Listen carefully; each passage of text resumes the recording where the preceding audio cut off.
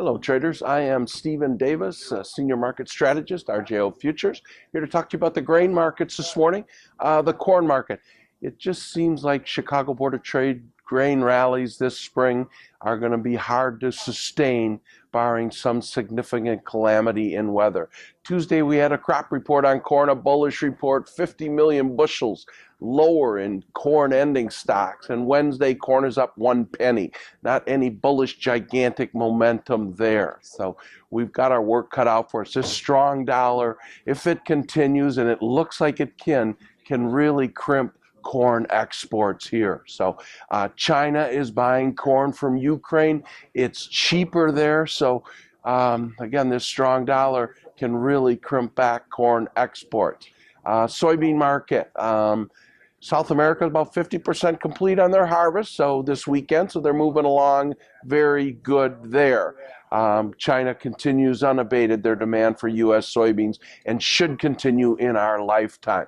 Getting back to the corn market, I just want to mention a technical setup. The moving average crossed the 100-day, crossed the 50-day moving average this week. See if you can see that on your charts. And that's not a reason to sell corn, and it doesn't make me bearish on corn. I just want to mention it to you. They call it the death cross, and the 50-day and the 100-day moving, crossing and moving lower. I think moving average crosses were more prevalent 10 or 15 years ago in the trading community. I'm not that impressed about that. I was impressed last month. I think February 24th, soybean meal got above the 200-day moving average.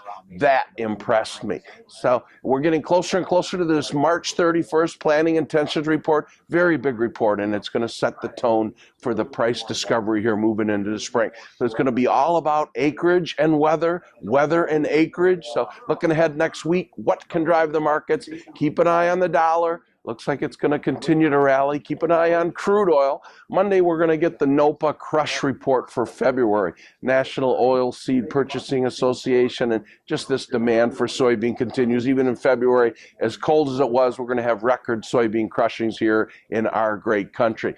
So I'll leave you with this. These markets are as transparent as they've ever been, and a lot of money on the sidelines waiting for a market to pounce on. So keep in touch with me here. Weather's going to be very important. I want to talk about the perception of weather. We're kind of in a trading range. Prices are low, and maybe we're setting up for some bigger rallies in previous years. South Africa, I mentioned their corn crop. They had a drought, and they were limit up a week and a half ago, 2 days in a row. Well, yesterday, their July white corn was 80 Rand lower, limit down. So these weather markets, they're hard to explain. They're emotional, and perhaps this is what we're moving into here, into our planting season. Down south, they're behind on their corn planting. Nobody's talking about that because there's plenty of corn in our country. So that'll be something, too, to keep an eye on. Have a nice weekend. Futures and options on futures may involve substantial risk and may not be suitable for all investors.